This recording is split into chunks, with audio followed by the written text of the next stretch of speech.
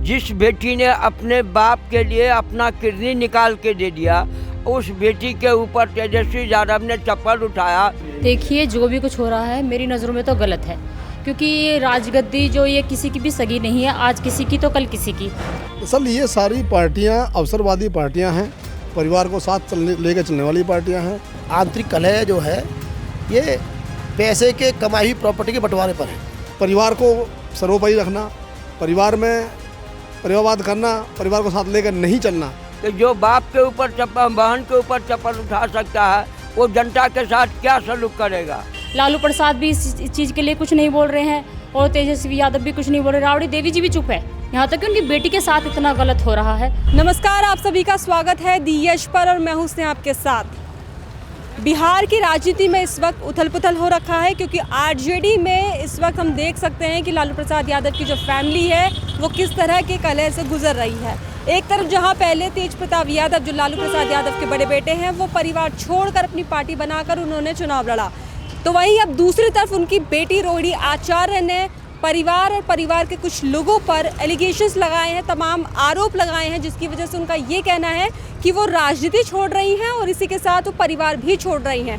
वो रोहिणी आचार्य जिन्होंने अपने पिता लालू प्रसाद यादव को एक किडनी देकर उनकी जान बचाई थी, तो वहीं पर रोहिणी आचार्य ने एक लंबा चौड़ा ट्वीट करते हुए कुछ लोगों के नाम लिए, जिनमें नाम शामिल है संजय यादव और नमीस का, जो तेजस्वी यादव के बेहद करीबी माने जाते हैं। वो उन्होंने उन पर आरोप लगाया कि उनकी वजह से वो परिवार और राजनीति दोनों छोड़ रही हैं।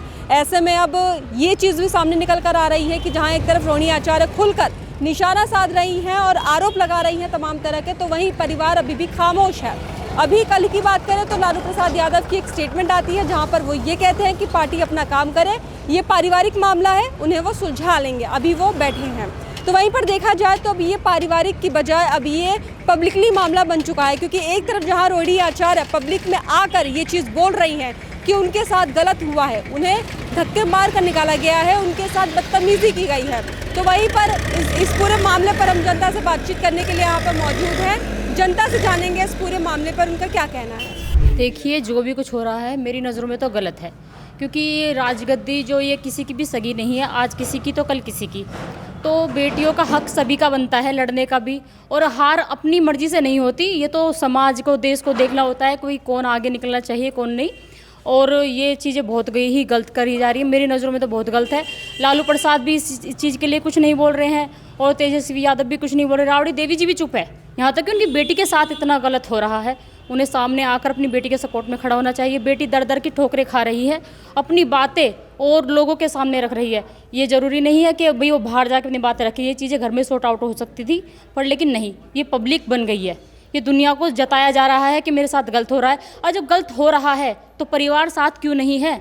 मैम, एक सवाल ये भी निकल कर आता है, महिला होने के नाते अगर देखा जाए तो खुद पार्टी के लोग कहते हैं कि महिलाओं को हक मिलना चाहिए, सम्मान मिलना चाहिए, हर चीज़ में उनको आगे रखा जाना चाहिए, लेकिन देखा जाए तो आरजेडी में जो कलह चल रही है, रोहिणी आचार्य जिस तरह से रोती हुई छोड़ कर गई अपना घर, उन्होंने बाकायदा ट्वीट करके उन्होंने एक लंबा ट्वीट किया और लोगों पर आरोप लगाया, फैमिली छोड़ने पर जो उनको निराशा हासिल हुई है, इस पर क्या कहना चाहेंगे कि एक राजनीति में क्या भूमिका है महिलाओं की, क्योंकि खुद जाने माने नेता पार्टी अपनी ही बहू बेटी को मतलब पीछे धकेल रहे हैं। देखिए, बस ये एक दिखावा है, बाहर दुनिया को दिखाना हम बेटियों को आगे लेकर जा रहे हैं, लेकिन नहीं, ये सिर्फ दिखावा है और कुछ नहीं। बेटियों को आगे निकालना ताकि हम भी बराबरी कर सके। बराबरी सिर्फ देखने से दिखाने से नहीं होती। आज मैं इस चीज़ को मानती, अगर बेटी के सपोर्ट में पूरी फैमिली बाहर खड़ी होती, कहती हाँ हम तुम्हारे साथ है, भाई ने गलत किया कोई दिक्कत नहीं है बेटा, हम तुम्हारे साथ है, पर लेकिन नहीं, कोई सामने आके अपना जवाब देना ही नहीं चाहता। बेटी के साथ है, मुझे नहीं लगता कोई घर का है। असल ये सारी पार्टियां अवसरवादी पार्टियां हैं, परिवार को साथ लेकर चलने वाली पार्टियां हैं। बिहार में हार का कारण कहीं तक यही रहा कि परिवार को सर्वोपरि रखना, परिवार में परिवारवाद करना, परिवार को साथ लेकर नहीं चलना, साथ करना भी है, साथ लेकर नहीं चलना। पहले जैसे कि लालू जी ने पहले बेटे को, बड़ा बेटा अलग हो गया उनका, बड़े बेटे को अलग होने के बाद अभी रोहिणी आचार्य बेटी है जिन्होंने उनको किडनी भी दी थी अपने पिताजी को, और सब कुछ देखा उनका, और उनको भी घर से जूते मार के बाहर निकाल दिया गया। यही हाल कांग्रेस का भी यहाँ पीछे से। सपा में यही परिवारवादी पार्टी है, सारा मुलायम सिंह यादव जी के, उन्हीं के 5 भाई नेता हैं, मंत्री हैं, भतीजावाद, भाई भतीजा सारा है। अच्छा, जो एक सवाल है, जो एक मामला निकल कर सामने आ रहा है, वो ये आ रहा है कि महिलाओं के लिए राजनीति में कितना मतलब क्या भूमिका है, क्योंकि जिस तरह से देखा जाए सिर्फ आरजेडी की बात नहीं हो रही है यहाँ पर। कांग्रेस मतलब वाईआरसीपी की भी पार्टी है, वायरस पार्टी जो जगन मोहन रेड्डी की पार्टी है, उनकी बहन ने पार्टी छोड़कर कांग्रेस ज्वाइन किया। बीआरएस में के कविता ने छोड़कर जो उनकी बेटी है, जो अध्यक्ष है चंद्रशेखर, उनकी बेटी है के कविता, उन्होंने छोड़ दी पार्टी, उनको निष्कासित कर दिया गया। तो इस पर क्या कहना है कि महिलाओं की जो भूमिका है राजनीति में किस कदर है? क्योंकि जिस तरह से देखा जाए, एक तरफ हम बात करते हैं महिला सशक्तिकरण की, लेकिन यहाँ पर अपनी फैमिली ही जो है उनको बाहर निकालने में लगी हुई है।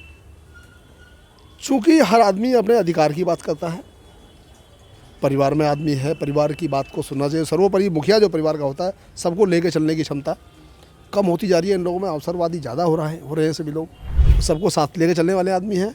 और इनमें सभी धीरे धीरे सब लोग जो है एक छोट आपस में जो फूट का ना, एक आदमी, एक वन मैन आर्मी जो हो रखा है सब पार्टियों का, तो वो बने रहे हैं। आंतरिक कलह जो है ये पैसे के कमाई हुई प्रॉपर्टी के बंटवारे पर है, कोई और कलह नहीं है। अगर लालू जी का परिवार है, लालू जी ने पार्टी को जमाया है और उन्हें लगता है कि वो अपने किसी बच्चे को आगे बढ़ा रहे हैं, घर के सभी लोग कुछ कुछ वो लोग दे रहे हैं, परिवारवाद तो उन लोगों में है ही है। और परिवारवाद में जब स्वार्थ आ जाता है तो फिर मुझे लगता है कि फिर कहीं ना कहीं परिवार टूट जाता है। यही कारण उन लोगों के आज परिवार टूटने का कारण है।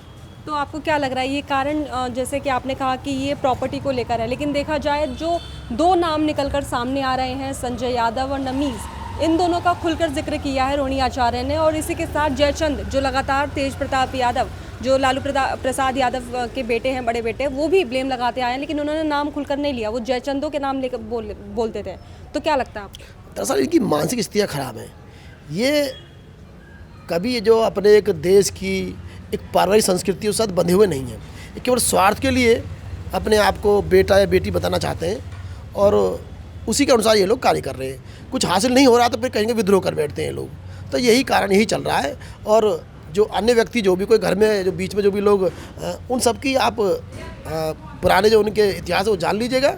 उस सब का केवल यही रिकॉर्ड है, सब स्वार्थ के वश और गुंडागर्दी, जैसे उसमें लालू जी के समय में जो जंगल राज था, तो वही नीतियाँ इन लोगों के अंदर, बच्चों के अंदर भी है। सर, अभी देखा जाए जिस तरह से महिला को लेकर एक तरह का एक मुद्दा निकलकर सामने आ रहा है, जहां एक तरफ लोग कहते हैं महिला सशक्तिकरण, पार्टीज़ भी कहती हैं, खुद की पार्टी ये बोलती है कि महिलाओं को सम्मान मिलना चाहिए, हर चीज़ में हक मिलना चाहिए। तो ऐसे में रोहिणी आचार्य को लेकर एकदम एक सवाल निकल कर आ रहा है कि आखिर महिला राजनीति की भूमिका रखती क्या है? क्योंकि उन्होंने बहुत आरोप लगाए कि उनके साथ चप्पलों से भी मारपीट का भी आरोप लगाया कि उन पे जो है जूते चप्पल उछालने की कोशिश की गई, उनकी इमेज ख़राब करने की कोशिश गई। वो रोती हुई अपना घर छोड़कर बाहर निकली हैं और सीधा सीधा जो निशाना है तेजस्वी यादव और उनके करीबियों पर लगा रही है। और इस वक्त लालू प्रसाद यादव चुप बैठे हैं। हालांकि उनका एक स्टेटमेंट आता है जहाँ पर वो ये कहते हैं कि ये पारिवारिक मामला है, इससे पार्टी का लेना देना नहीं है, पार्टी अपने काम पर ध्यान दे। नहीं, जिस तरह आपने बताया इससे पहले कि रोहिणी आचार्य महिलाओं का मामला, तो मुझे लगता है कि परिवार की बात भी उनकी करें। अब ये रोहिणी को चुनाव तो लड़ा है इन लोगों ने, मीसा को भी चुनाव लड़ा रखा है, उससे पहले लोकसभा लड़ाया उसको। अब और परिवार इससे ज़्यादा क्या देगा? अब महिलाओं को भी सोचना है कि हम परिवार को क्या दे रहे हैं। लेकिन ये उनका निजी अपना आंतरिक मामला, हम लोग खाली यही कह सकते हैं कि इनकी जो बुद्धियाँ भ्रष्ट हैं और ये सब लोग स्वार्थ के बस ऐसा कार्य कर रहे हैं। जिस बेटी ने अपने बाप के लिए अपना किडनी निकाल के दे दिया, उस बेटी के ऊपर तेजस्वी यादव ने चप्पल उठाया। कि जो बाप के ऊपर चप्पल, बहन के ऊपर चप्पल उठा सकता है, वो जनता के साथ क्या सलूक करेगा? तो इस पर जो लालू यादव अभी तक जो चुप्पी साधे हुए थे, उन्होंने एक स्टेटमेंट दी है, बयान सामने आया है कि पार्टी अपना काम करे और जो ये पारिवारिक मामला है ये हम लोग सुलझा लेंगे। क्या कहना चाहेंगे? पार्टी में मामला वो पहले सुलझा लिए रहते तो आज ये नौबत नहीं आती।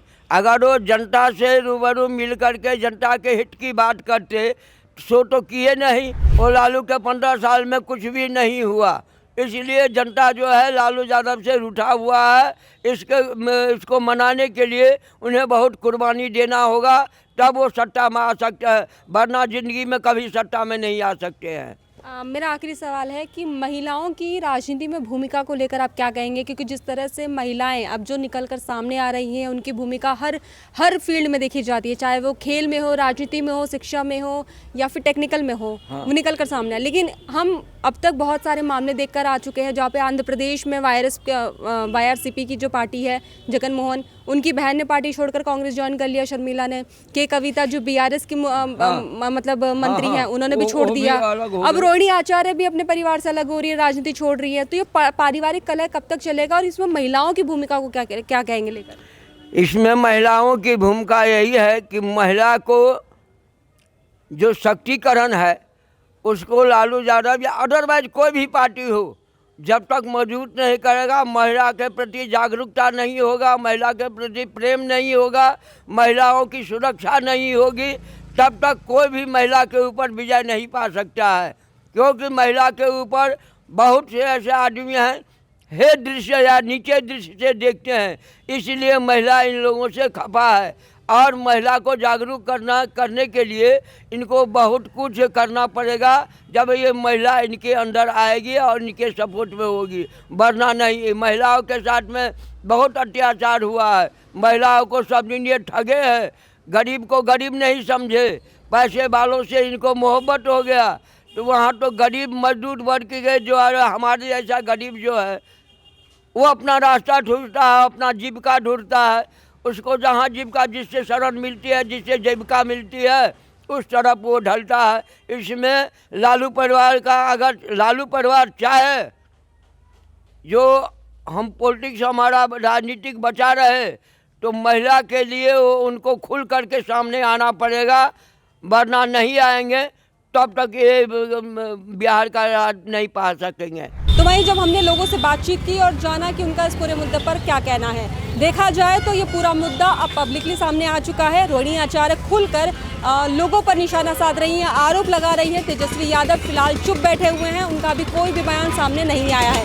लेकिन अभी हाल ही में लालू प्रसाद यादव की एक स्टेटमेंट सामने आई है जहाँ पर उन्होंने ये कहा कि ये उनकी फैमिली का मैटर है, इस पर पार्टी पे कोई प्रभाव नहीं पड़ेगा, पार्टी अपना काम करे। लेकिन देखा जाए तो रोहिणी आचार्य जिस तरह से पब्लिकली आकर ये सारे एलिगेशन, क्योंकि ये गंभीर आरोप हैं, एक तरफ ये इशारा करते हैं कि अब शायद से परिवार में फूट पड़ चुकी है। क्योंकि पहले जहां तेज प्रताप यादव घर छोड़कर जा चुके हैं, पार्टी उन्होंने अपनी बनाई। बात करें मीसा भारती की, तो मीसा भारती भी इसी कदम पर चलती हुई दिखाई दे रही हैं, क्योंकि चुनाव प्रचार के दौरान मीसा भारती कहीं पर भी दिखाई नहीं दी। ऐसा पहली बार हुआ है जहां पर आरजेडी के बड़े बड़े नेता इस समय सामने खुलकर नहीं आए हैं। तो अभी आगे क्या होने वाला है बिहार की राजनीति में, आरजेडी में और लालू प्रसाद यादव के परिवार में, फिलहाल के लिए इतना ही। मैं स्नेहा, वीडियो जर्नलिस्ट वरुण अरोड़ा के साथ DH।